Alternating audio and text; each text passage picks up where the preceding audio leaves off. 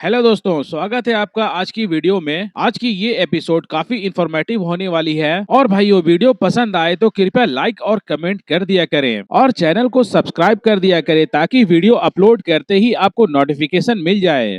और जॉन्ग आगे बता रहे थे, मैं अपने गन से डैमेज दे सकता हूँ, चाहे वह डिफेंस टाइप के पावर वाले हों या बीच टाइप के पावर वाले हों। मैं अपनी एबिलिटीज के साथ सबको काफी ज्यादा हर्ट कर सकता हूँ। और जॉन्ग सोच रहे थे, मेरे पास में वैसे भी हॉली सिल्वर बुलेट्स और ओरिजिन बुलेट्स वे सभी तो मेरे पास पहले से हैं, जो कि म्यूटेंट्स के खिलाफ काफी ज्यादा कारगर होती हैं। और तभी चेन साओ वह कह रही थी, हमें तो काफी लकी फील करना चाहिए क्योंकि हम आपके टीम में हैं और आपके टीम में होने की वजह से हमें आपूर्ति की भी चिंता नहीं होगी और आप डिफेंस में भी काफी अच्छे हैं। और पेंगली वह क्यूरियस होकर के पूछ रही थी, ऐसा है क्या? और चेन साओ वह बता रही थी, जब टीम में कोई स्पेस टाइप का पावर वाला इंसान हो तो किसी तरह के कोई सप्लाई के टेंशन नहीं होते। तो इसका मतलब ये है हम लोग काफी ज्यादा देर तक फाइट कर सकते हैं। और जैसा कि जॉन्ग ने अपनी एबिलिटीज के बारे में बताया, इसे देखने से ऐसा लगता है कि ये ज्यादातर डिफेंस में ज्यादा माहिर है, वह अटैक से ज्यादा डिफेंस में एक्सपर्ट कहलाता है। इसलिए अगर हम लोग जॉन्ग के आसपास रहें तो हम लोग ज्यादा सेफ महसूस करेंगे। तभी पेंगली वह भी कह रही थी, अच्छा तो ऐसी बात है। और जॉन्ग उन दोनों की पर्सनालिटी को देखने के बाद समझ चुके थे कि साओ साओ वह एक लीडर टाइप की पर्सनालिटी रखती है जो कि हमेशा कंट्रोल रखना चाहती है, लेकिन ये भी बात है उसका दिमाग शार्प है और सोच भी उसकी लॉजिकल है और इस तरह के लोगों के साथ काम करना भी काफी आसान होता है।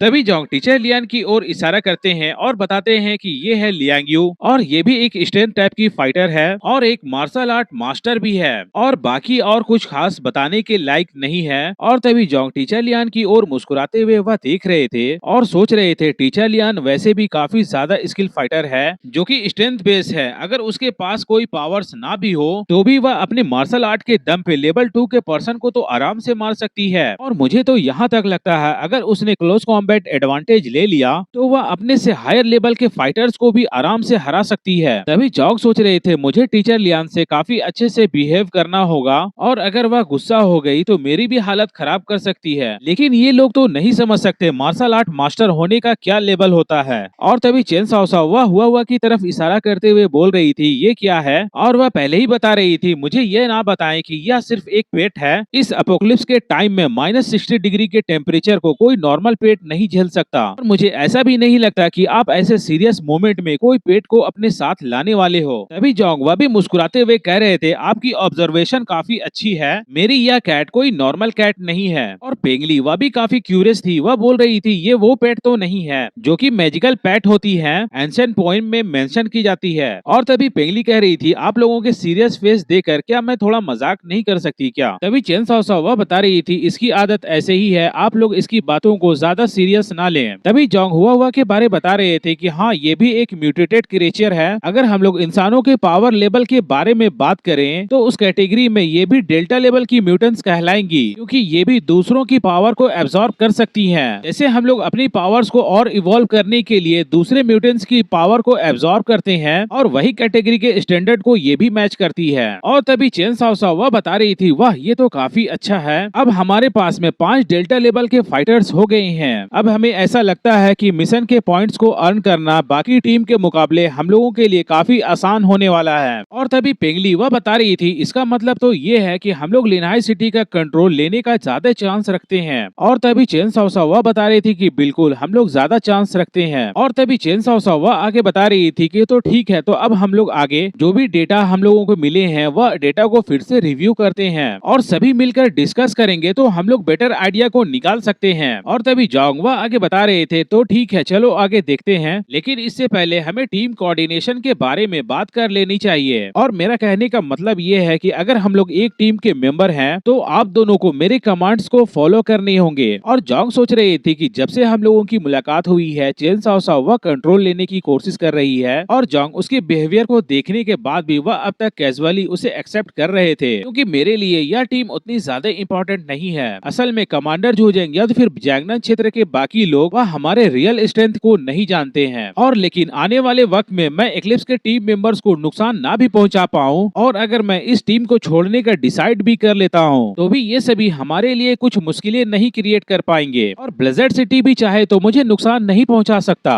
और चेन साओ साओ और पेंगली वह हमारे टीम में रहना चाहती है तो उसे हमारे ऑर्डर्स को तो फॉलो करने पड़ेंगे। और जोंग ने जैसे ही अपनी बात खत्म की तो साओ साओ की नजरें शार्प और इंटेंस हो गई और पेंगली भी एक कदम सीरियस होकर वह जोंग को देखने लगी और टीम में डिसीजन मेकिंग का सवाल अब फिर से सामने आ गया। और साओ साओ का तो ये प्लान था कि टीम में पीस कंट्रोल करें और नेचुरली टीम का लीडर बन जाए। इस तरह से जोंग सिर्फ नाम का ही लीडर रह जाएगा। अभी साओ साओ बता रही थी कि हाँ, आपकी स्ट्रेंथ काफी पावरफुल और रेयर है। अगर आप लीडर हो तो हम लोग आपकी ऑर्डर्स का रिस्पेक्ट करेंगे। अगर हमें लगा कि आपकी डिसीजन वह करेक्ट नहीं है तो हम लोग आपको जरूर करेक्ट कर सकते हैं। और जोंग भी इस चीज को समझ चुके थे कि ऊपर से सुनने में ये बात काफी रीजनेबल लग रही है। ये तो वही बात हो गई कि हम आपकी बात मानेंगे, लेकिन अगर आप कोई गलत फैसला लेते हैं तो हम आपको रास्ते पे भी ला सकते हैं। बट अगर डीपली सोचा जाए तो लीडर के हाथ में पावर कंट्रोल नहीं रहेगा। और सच बात तो ये है कि ये लोग लीडर के तौर पे मुझे एक्सेप्ट करने के लिए रेडी नहीं है। तभी जोंग साओ साओ की बातों को सुनकर वह बता रहे थे, अगर ऐसा है तो आप लोगों को हमारे साथ काम करने की जरूरत नहीं है। और जोंग आगे बता रहे थे, इफ दैट्स द केस आप दोनों अपनी मर्जी से सेपरेट एक्शन ले सकती हैं। हमारे साथ रहने की कोई नीड नहीं है। और देखा जाए तो हमारी टीम की स्ट्रक्चर भी सही है, जिसमें मैं हूँ, टीचर लियान और हुआ भी है। और जैगनान क्षेत्र के नजरिए से देखा जाए तो परफेक्ट स्ट्रक्चर में सिर्फ एक मेंबर की कमी है और इसके अलावा हम लोग पहले से ही एक सिंक्रोनाइज टीम है और हमारी टीम पूरी हमारे कमांड के अनुसार काम करती है। और देखा जाए तो आप लोगों की प्रेजेंस हो या ना हो हम लोगों को कोई फर्क पड़ने वाला नहीं है। हम लोगों का रास्ता अलग अलग है और मुझे ऐसा लगता है कि आप भी यही सोचती होंगी। और तभी साओ साओ भी काफी ज्यादा शौक में थी और पेंगली कह रही थी, क्या आप सीरियस है? और इस मिशन का तो डिफिकल्टी लेवल काफी ज्यादा हाई है। इससे पहले कि 10 टीम वह काफी आसानी से वाइप आउट हो चुकी हैं। हम लोगों के साथ रहने से सर्वाइवल का चांस ज्यादा रहेगा।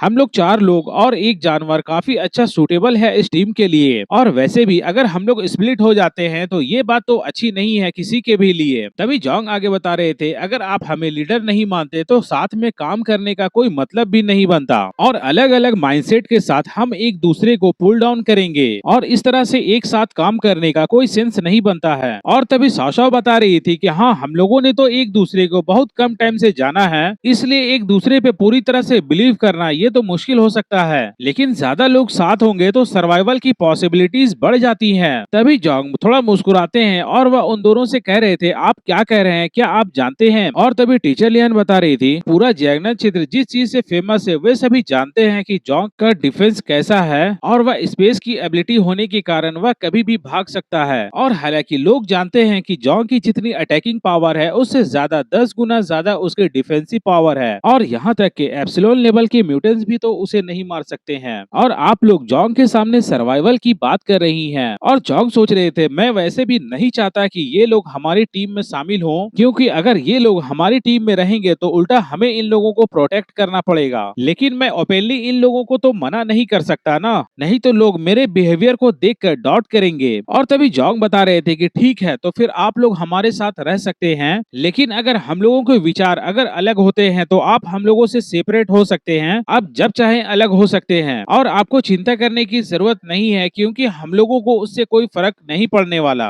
और हालांकि चेन साओ साओ वह सोच रही थी, ये तो बच्चों की तरह हरकत है और मुझे इसकी एटीट्यूड कुछ समझ में नहीं आई है। और साओ साओ बता रही थी, जोंग ये कोई बच्चों का खेल नहीं है, ये लाइफ और डेथ का मामला है। आप हमारी नाराजगी की वजह से पूरे ग्रुप को डेंजर में डाल सकते हो। तभी जोंग बता रहे थे कि मेरी सर्वाइवल एबिलिटीज, मैं इतना बता सकता हूँ कि मेरी और मेरी टीम के लिए ये काफी है, हम इन सभी को जीवित रखने के लिए काफी हैं। और आप मुझे बताएं, क्या मुझे उन लोगों को प्रोटेक्ट करना चाहिए जो लोग मेरी बात नहीं मानते हैं? और जोंग सोच रहे थे, मेरी बात तो एकदम स्पष्ट है, अगर ये लोग अब भी नहीं समझते हैं तो मैं इन लोगों के ऊपर ज्यादा टाइम वेस्ट नहीं करूंगा। और तभी चेन साओ साओ वह कह रही थी कि आप पूरी गारंटी लेते हैं कि आप जीवित रह सकते हैं? और थोड़ी देर चेन साओ साओ और भी गहराई से सोचती है और कहती है कि हाँ, हो सकता है, मैं आपकी बातों को समझ सकती हूँ, ऐसा हो सकता है। तभी पेंगली कह रही थी कि आपने क्या समझा है, ऐसा कैसे हो सकता है? और तभी चेन साओ साओ वह बता रही थी कि जैसा कि जोंग ने पहले बताया है कि उसके पास में स्पेस की पावर है, वह स्पेस में ट्रैवल कर सकता है। अगर देखा जाए सिचुएशन कंट्रोल से बाहर होती है तो वह जब चाहे उस मिशन से भाग सकता है। स्पेस पावर की रेयर एबिलिटी को देखते हुए वह जब चाहे तब भाग सकता है और उसे कोई रोक भी नहीं सकता है। और शायद सामने वाली पार्टी के पास में काफी ज्यादा पावरफुल लोग जरूर होंगे, लेकिन गॉड टीम के कार्रवाई के लिए वे लोग तो जॉन्ग का पीछा नहीं कर पाएंगे, उनको उतना टाइम भी नहीं मिल पाएगा। और इस मामले में देखा जाए तो वह अनबीटेबल है। और तभी पिंगली वह काफी हल्की आवाज में कह रही थी, ये आदमी काफी जिद्दी है। और जॉन्ग कह रहे थे कि मैं आपकी बातों को सुन रहा हूँ। और पिंगली भी कह रही थी कि हाँ, मैं ये जानती हूँ कि आप सुन सकते हैं। तभी चेन साओ साओ वह कह रही थी, जॉन्ग ठीक है, हम लोग आपके कहने के अनुसार ही काम करेंगे, लेकिन आपके आदेश अगर कुछ अपमानजनक हुए तो हम लोग अलग भी हो सकते हैं। तभी जॉन्ग कह रहे थे, तो ठीक है, इसे कंफर्म करो, हम लोग ऐसा ही करेंगे। और जैसा कि हर बार की तरह आज की एपिसोड भी यहीं तक थी, लेकिन आप भाइयों के लिए मैंने आगे का भी एक्सप्लेन किया है ताकि आप लोग लाइक और कमेंट कर दिया करें और कृपया सब्सक्राइब करना ना भूलें। और जॉन्ग सोच रहे थे, अगर ये लोग कुछ ज्यादा परेशान करने वाले मुझे समझ में आते तो मैं कमांडर जूजंग से जाकर के बात कर सकता था कि मैं और टीचर लियान और हुआ हम लोग काफी हैं एक टीम में, लेकिन मुझे ऐसा लगता है कि ये लोगों को समझाने से ये लोग समझ सकती हैं। और तभी जॉन्ग कह रहे थे, तो ठीक है, एक्लिप्स के टीम मेंबर्स के बारे में स्टडी करना शुरू करते हैं। और तभी चेन साओ साओ वह कह रही थी, ठीक है, आप जैसा बताते हैं स्टडी स्टार्ट करना है तो हम लोग स्टडी स्टार्ट करते हैं। और तभी वे सभी मिलकर लैन सिंचान द्वारा दी गई जानकारी वे सभी फिर से रिव्यू और स्टडी करना शुरू कर दिया। और कुछ घंटे बाद जॉन्ग बता रहे थे, अब जब हमने स्टडी कंप्लीट कर लिया है तो अब हम लोगों को अपनी अपनी राय रखने का वक्त आ गया है। और कैप्टन होने के नाते इस विषय में सबसे पहले मैं बात करता हूँ। और जॉन्ग सोच रहे थे, भले ही हम लोगों के आपस में कुछ मतभेद हो, लेकिन एक बात तो कंफर्म है कि ये लोग भी एक्लिप्स के टीम मेंबर्स को मारना ही चाहते हैं, इसलिए इस विषय में डिस्कस करना कोई दिक्कत की बात नहीं है। जॉन्ग आगे बता रहे थे, फिलहाल हमारे पास में लिमिटेड विजुअल डेटा है और हमें अभी तक दूसरे साइड के लोगों की कंप्लीट एबिलिटीज की इंफॉर्मेशन का डेटा अभी तक नहीं मिला है। और इस वक्त सबसे ज्यादा जरूरी चीज है, उनकी इंटेलिजेंस गैदरिंग एबिलिटीज बहुत ज्यादा स्ट्रॉन्ग है। जब उन्हें पहली बार जाने वाले कॉम्बैट में सभी म्यूटेंट्स के बारे में, उनकी एबिलिटीज के बारे में इंफॉर्मेशन गैदर कर चुके थे, तो हो सकता है वे लोग हमारी भी इंफॉर्मेशन को गैदर कर सकते हैं। और अगर एक्लिप्स के टीम मेंबर्स के पास में ऐसी कोई पावर्स वाला म्यूटेंट्स हो तो फिर बैटलफील्ड में उसका सामना करने का हिम्मत करना शायद ही किसी में हो। ये सिर्फ हम लोगों की गेस है, हम लोग तो सिर्फ अनुमान ही लगा सकते हैं और हमें नहीं पता कि हम लोगों की इंफॉर्मेशन उन्हें कहां से मिल रही है और उन्होंने अभी तक हम लोगों की कितनी डिटेल्स कलेक्ट की होंगी। इसलिए हम लोगों को फुल्ली प्रिपेयर्ड होना सबसे बेस्ट ऑप्शन होगा। और बिल्कुल पहले की वॉर की तरह अगर हम लोग सोचे तो वे लोग उन एलियंस को हमारे सामने भेजेंगे जो हमें काफी इजीएस्ट टारगेट समझते हों। और हो सकता है हमें किसी ऐसे एनिमी का सामना करना पड़े